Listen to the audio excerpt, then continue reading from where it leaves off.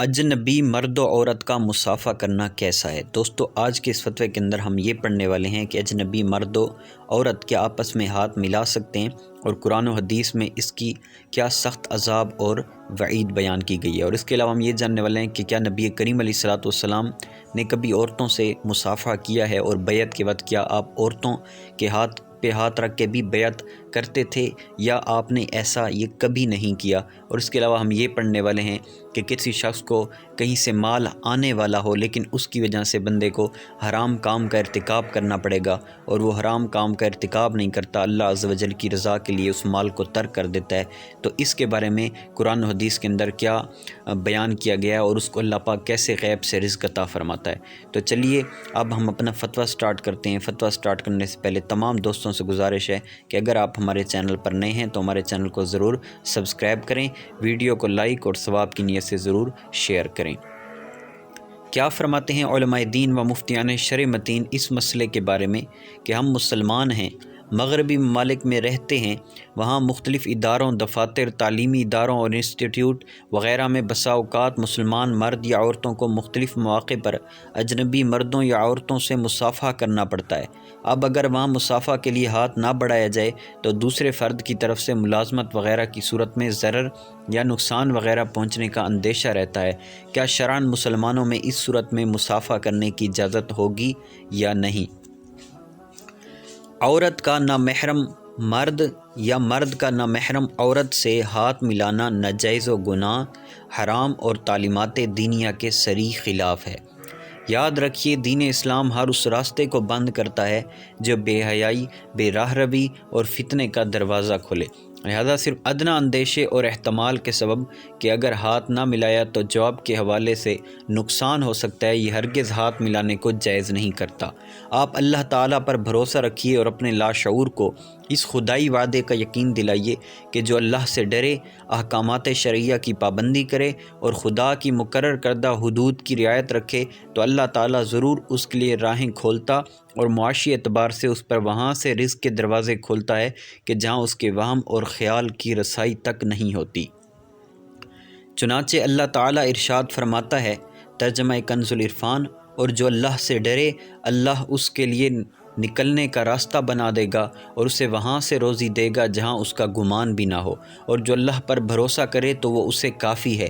بے شک اللہ اپنا کام پورا کرنے والا ہے، بے شک اللہ نے ہر چیز کے لیے ایک اندازہ مقرر کر رکھا ہے۔ آپ حکم شرعی کی پاسداری کیجیے، نامحرم سے مصافحہ کرنے سے مکمل اجتناب کیجیے، اور جس کام کا شریعت آپ سے تقاضا کر رہی ہے اسے ہی سر انجام دیجیے کہ یہ صبر ہے، اور اللہ تعالیٰ کا وعدہ ہے کہ وہ صبر کرنے والوں کے ساتھ ہے۔ چنانچہ فرمایا، ترجمہ کنز العرفان، بے شک اللہ صابروں کے ساتھ ہے۔ شرعی احکامات پر کاربندی بھی صبر ہی کی ایک قسم ہے۔ چنانچہ امام راغب اصفہانی رحمۃ اللہ تعالی علیہ لکھتے ہیں، ترجمہ صبر کا معنی ہے کہ نفس کو اس چیز پر روکنا کہ جس پر رکنے کا عقل اور شریعت تقاضا کر رہی ہے۔ لہٰذا شرعی حکم کی پابندی کرنا اور نامحرم سے مصافحہ کرنے سے باز رہنا صبر ہے، اور اوپر معلوم ہو چکا کہ خدا کی تائید و نصرت صبر کرنے والوں کے ساتھ ہے۔ تو جب قادر مطلق کی مدد حاصل ہے تو پھر تنگی رزق کا وہم نکال دیجیے۔ پریشانی یا ضرر کی صورت میں اللہ تعالیٰ اپنی مشیت و حکمت و علم کے مطابق اسباب پیدا فرمائے گا کہ رزاق حقیقی وہی ہے، اور اسی کی برگاہ رزاقیت سے جملہ مخلوقات تک رزق کی ترسیل ہے۔ حکیم و ہادی خدا نے بدکاری بلکہ اس کی طرف لے جانے والے کاموں سے بھی دور رہنے کا حکم ارشاد فرمایا ہے۔ چنانچہ فرمایا گیا، ترجمہ کنز العرفان، اور بدکاری کے پاس نہ جاؤ، بے شک وہ بے حیائی اور بہت ہی برا راستہ ہے۔ اس آیت کی تفسیر کرتے ہوئے امام ابو البرکات عبداللہ بن احمد نصفی رحمۃ اللہ تعالی لکھتے ہیں، ترجمہ اس آیت مبارکہ میں زنا کی طرف لے جانے والے امور، مثلاً چھونے، بوسہ لینے اور ان جیسے دیگر کاموں سے منع کیا گیا ہے۔ نامحرم سے ہاتھ ملانے اور چھونے کے متعلق نبی کریم صلی اللہ تعالی علیہ وآلہ وسلم نے ارشاد فرمایا، ترجمہ تم میں سے کسی کے سر میں لوہے کا سوا، بڑی سوئی چبو دیا جائے، یہ اس سے زیادہ بہتر ہے کہ وہ نامحرم خاتون کو چھوئے۔ جمع الجوامع میں ہے، ترجمہ کسی شخص کے سر میں لوہے کی کنگھی پھیری جائے حتیٰ کہ وہ اس کا گوشت چیرتی ہوئی ہڈی تک پہنچ جائے، یہ اس سے بہتر ہے کہ کوئی ایسی عورت اس مرد کو چھوئے جو اس کی محرم نہ ہو۔ حضور اکرم صلی اللہ علیہ وآلہ وسلم نے عورتوں سے جب بھی بیعت لی کبھی بھی ان کا ہاتھ نہ تھاما۔ چنانچہ حضرت عائشہ رضی اللہ تعالی عنہ بتاتی ہیں، ترجمہ اللہ تعالیٰ کی قسم دوران بیعت نبی اکرم صلی اللہ تعالیٰ علیہ وآلہ وسلم کے ہاتھ نے کبھی بھی کسی عورت کے ہاتھ کو نہیں چھوا۔ عورتیں ہمیشہ زبان سے ہی بیعت کرتیں۔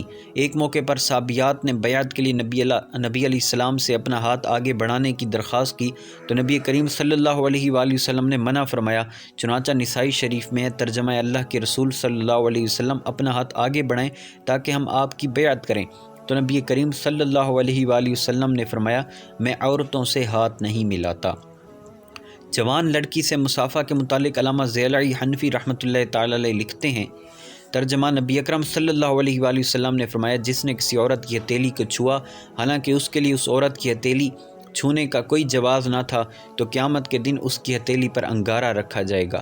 امام ضیاء رحمۃ اللہ تعالی علیہ فرماتے ہیں کہ یہ وعید اس صورت میں ہے کہ جب لڑکی مشتہات ہو، شہوت والی ہو، البتہ اگر بوڑھی ہو کہ جس سے شہوت کا اندیشہ نہ ہو تو اس سے مصافحہ کرنے اور اس کے ہاتھ کو چھونے میں کوئی مذائقہ نہیں، کیونکہ بوڑھی عورت کی صورت میں فتنے کا خوف معدوم ہوتا ہے، یعنی نہیں ہوتا۔ موسوعہ فقیہ کویتیہ میں ہے، ترجمہ مرد کا جوان عورت سے مصافحہ کرنا۔ اس مسئلے میں احناف، مالکیہ، شافعیہ اور حنابلہ کے مختلف قول کے مطابق یہ حکم ہے، مختار قول کے مطابق یہ حکم ہے کہ یہ حرام ہے۔ احناف اس مسئلے میں حرمت کا قول اس وقت کرتے ہیں کہ جب لڑکی جوان ہو۔ مصافحہ کے احکامات عمر اور طبی کیفیات کی بنا پر مختلف ہیں، فقہاء کرام نے ان کی تفصیل بیان فرمائی ہے، لیکن فی زمانہ حالات کی ابتری کسی پر مخفی نہیں، لہذا بہتر ہے کہ عورت اور مرد کے مابین جائز مصافحے کی صورت میں بھی احتیاط ہی اختیار کی جائے۔ واللہ اعلم عز و جل و رسول عالم صلی اللہ تعالی علیہ وسلم۔